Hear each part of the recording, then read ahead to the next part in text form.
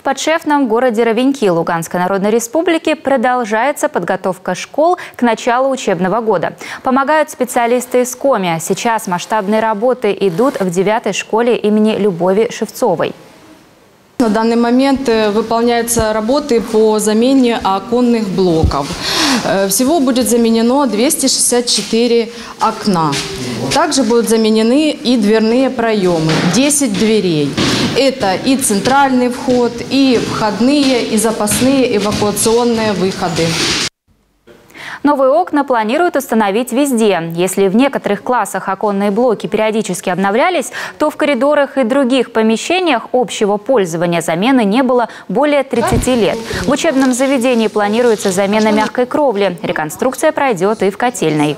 Мы очень благодарны Республике Коми за колоссальную помощь. Я думаю, к моей благодарности присоединятся сотрудники, родители и дети нашего учреждения. Работы специалисты из Коми планируют завершить в срок. Уже готов план ремонтов на следующий год. В 2023-м в школе будет построена новая котельная, которая обеспечит бесперебойное теплоснабжение учебного заведения.